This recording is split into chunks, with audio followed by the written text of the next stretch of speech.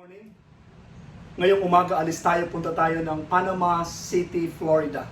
Itong Panama City ay nasa northwest Florida, kaya medyo malayo sa atin dito. Mula from here sa place ko, it will take 4 hours drive from here. So, nasa almost 300 miles. So, parang yung layo niya, parang Manila to Baguio siguro. Kaya, alis tayo ngayon. It's already 9:30. Dating siguro tayo doon mga 3 or 4 ng hapon. Meron pa tayong panahon mag-bike, mga 2 hours. And then doon tayo mag-sleep over. And then tomorrow morning or 9 or 10, alis tayo rito by 3 o'clock ng hapon. Nandito na tayo sa aking lugar. After 1 hour drive, nakarating na tayo sa state line between Alabama and Florida. So, nandito na tayo ngayon sa Florida side. So, mayroon pa tayong ida-drive na more than 2 hours papunta doon sa Panama. Yan yung kanilang parang welcome sign. Airplane ng US Navy. Nandito tayo ngayon sa kanilang rest area.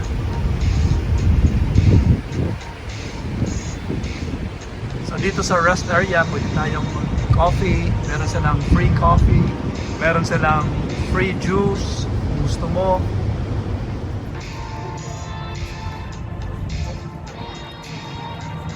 Ang init ngayon dito is 94. So sobrang init kasi summer. Pero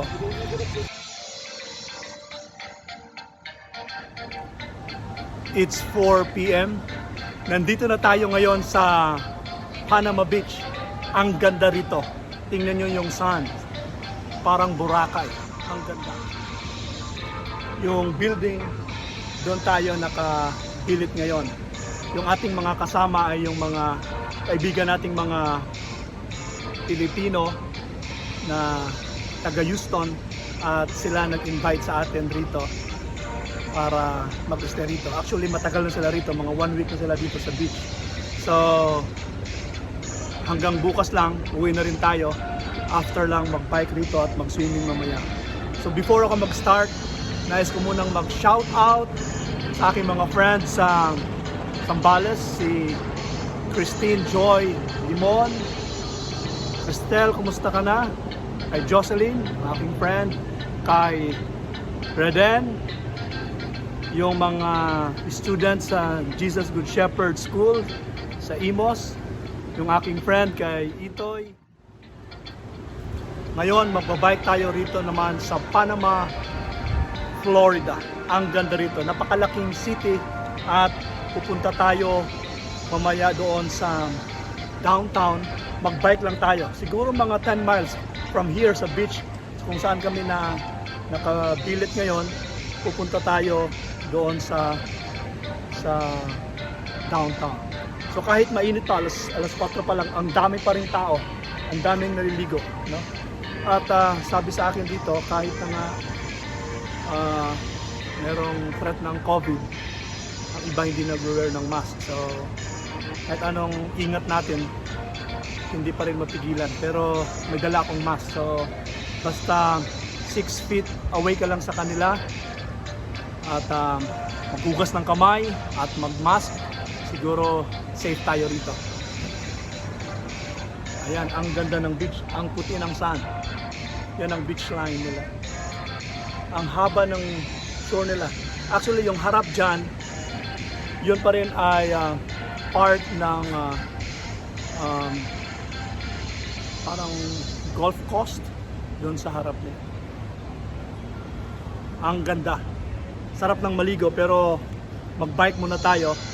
Ikutin muna natin yung mga places rito sa Florida, lalong-lalo na dito sa Panama. Kasi ang layo ng drive natin, almost 4 hours drive no? Straight. Kaya lang ang sarap dito mag-drive sa Amerika. Dito lalong-lalo na itong mga interstate nila kasi walang traffic, tuloy-tuloy. Nakakaantok lang kasi tuloy-tuloy lang talaga yung biyahe at yung takbo mo 75, pwede kang mag 80 miles per hour yung takbo mo. So tara, mag-bike na tayo. Mainit pa siya. Nandito tayo ngayon sa highway. Yung harap na nakikita ninyo, ito na yung beachfront, no? Yan ang mga condo na nasa harap at napakaganda ng lugar nila. At itong nasa kanan ko, ito yung mga vacation rentals na mga houses nila. Siguro kung gusto mong mag-stay ng ilang days dito sa Panama, pwede kang mag-rent dito at ang ganda. Nandito tayo ngayon sa Thomas Drive at ang itong side na ito, marami siyang mga restaurants, marami siyang establishments. At dito sa aking kaliwa, ito yung parang meron siyang mini golf, no? Ang ganda. So meron pa siyang holes para sa mga bata. At sa extreme left, ito yung arcade.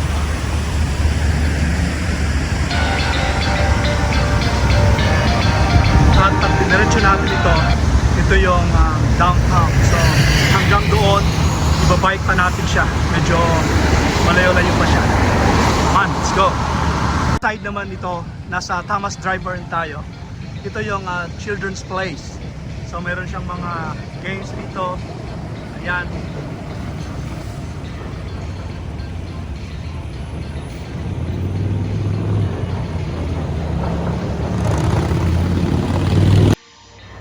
Itong building na naman sa aking harap, ito yung The Summit Condo. So sa harap din ito, nandyan din yung beach. Kaya ang ganda. At dito sa side na ito, marami siyang mga restaurants, no? Seafood restaurants. At hanggang dito, parang meron silang free beer. Parang masarap mag-beer dito ngayon after bike. Ang ganda rito mag-bike kasi yung city nila is bike friendly. So meron talaga siyang bike lane. So hindi siya delikado kahit nasa city tayo mag-bike. Dito lang tayo sa lane niya. Then maikot natin yung city. So diretso lang tayo. At nadaan tayo. Mga magsiswimming ata ito sila. So see, mga condos pa rin sila.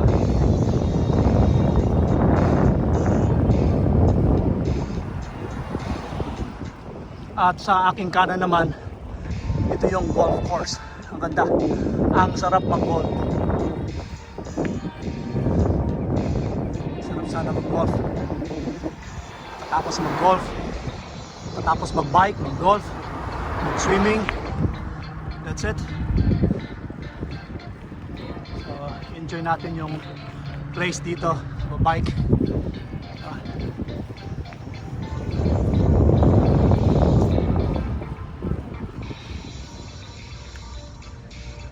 Nandito muna tayo ngayon, mag-rest muna tayo ng mga kahit lang 5 minutes dahil sobrang init at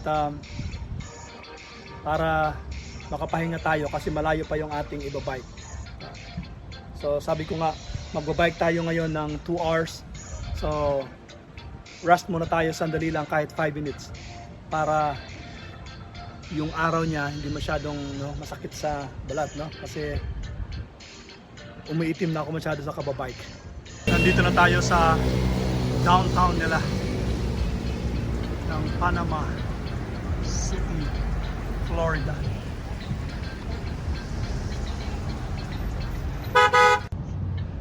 So itong nakikita ninyo, nasa middle na tayo ng beach. Yung mga buildings na ito ay mga condos na malapit sa beach.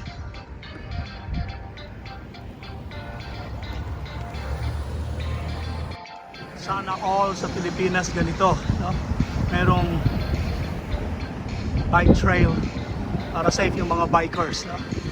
Ang dami nating magagandang beach doon sa Pilipinas. Siguro daan tayo mamaya dyan after natin mag-bike. Kahit one beer lang, reward natin yung sarili natin sa layo ng binike natin. Buti na lang hindi masyadong uminit na.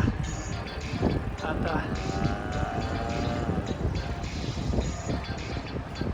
parang ang ganda rito ng kanilang lugar. Colorful. Parang dito ay mga commercial area na. Nandito na yung subway, yung mga grocery stores at other establishments.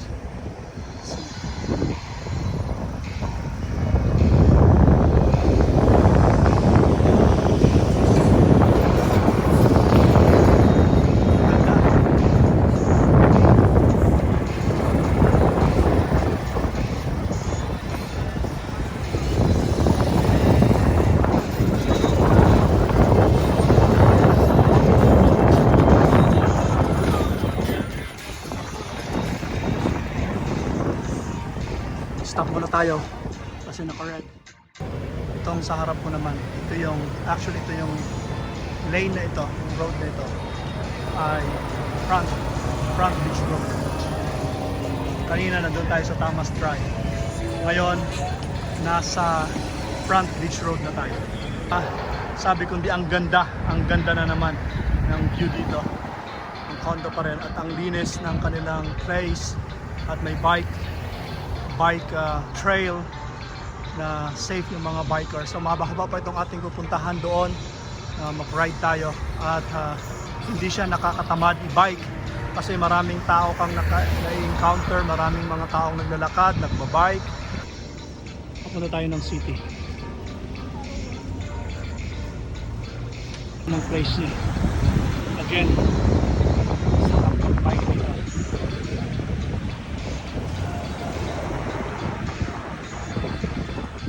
Siguro naka 10 miles na tayo mag-bike.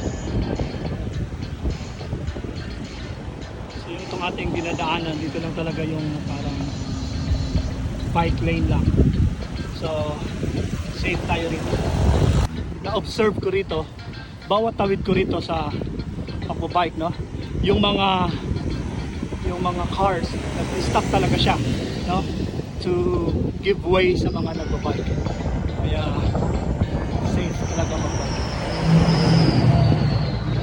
Yung sa kaliwa ko naman yung mga villas. So parang halos lahat dito sa side na ito, mga rest houses rin.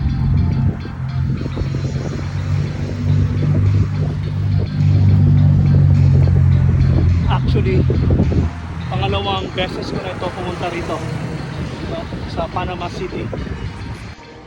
Ito yung kanilang public beach.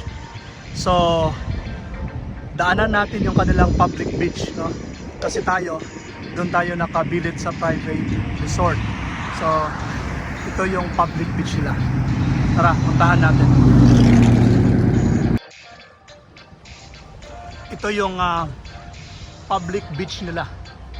So lakarin natin. Punta muna tayo sa beach. Hindi kaya ng bike ko, no? Maganda sana kung fat bike yung gamit natin.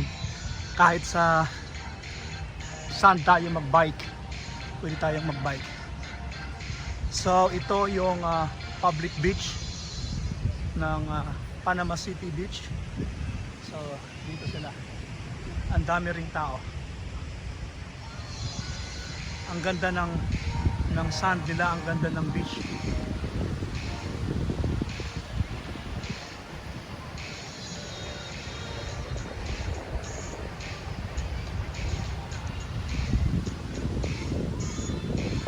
yung buhangin niya, no? Parang Boracay din, oh, ang puti ng sand nila.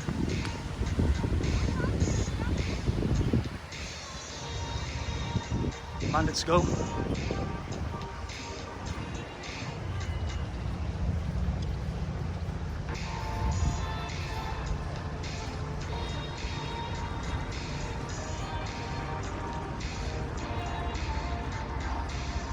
Iniwan ko lang yung bike doon sa gilid.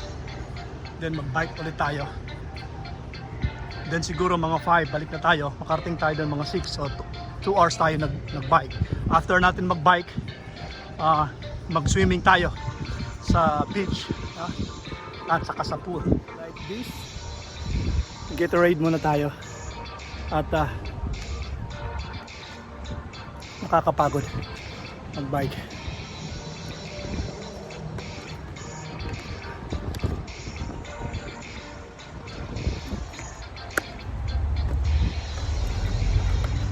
Then bike pa tayo another 30 minutes and then uwi na tayo. So 1 hour tayo nag-bike papunta rito and then 1 hour din ng pabalik natin. Siguro more than pa kasi magpahinga tayo at pag mayroon tayong madaanan na seafood restaurant, kain muna tayo. Dito na tayo nakarating sa kanilang Shipwreck Island Water Park. Papunta doon sa unahan pero hindi na tayo pupunta talaga sa park doon. At babalik na tayo. Malayo pa itong, kung ibabike pa natin, masyado pa siyang malayo at ubusan tayo ng oras. At kagabi na at mag-swimming pa tayo at pupunta pa tayo sa ating mga friends.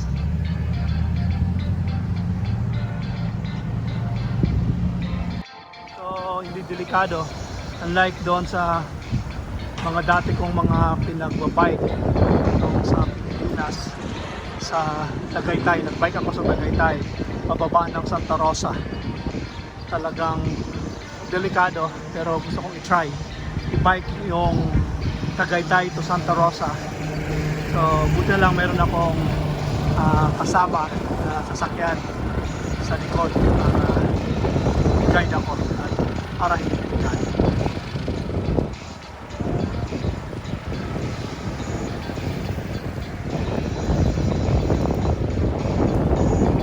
Malapit na tayo.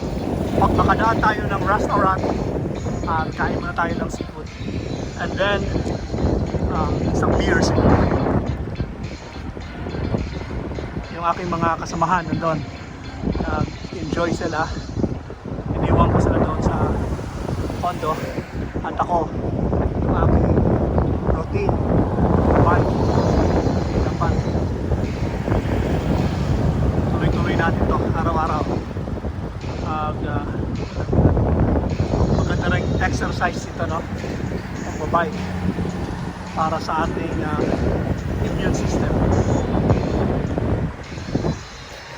So nasa kaliwa, ito na yung mga restaurants, establishments, grocery stores, diners.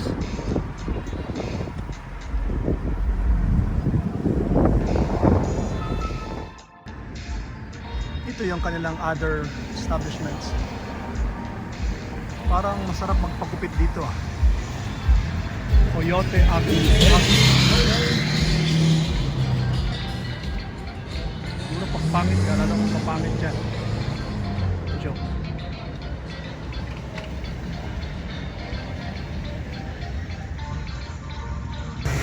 Nagutom ako.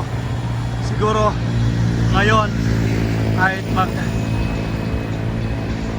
kain muna tayo dito kahit ng konti sa resto na ito. Parang masarap. Hammerhead. Fred's Hammerhead. Come on, let's go.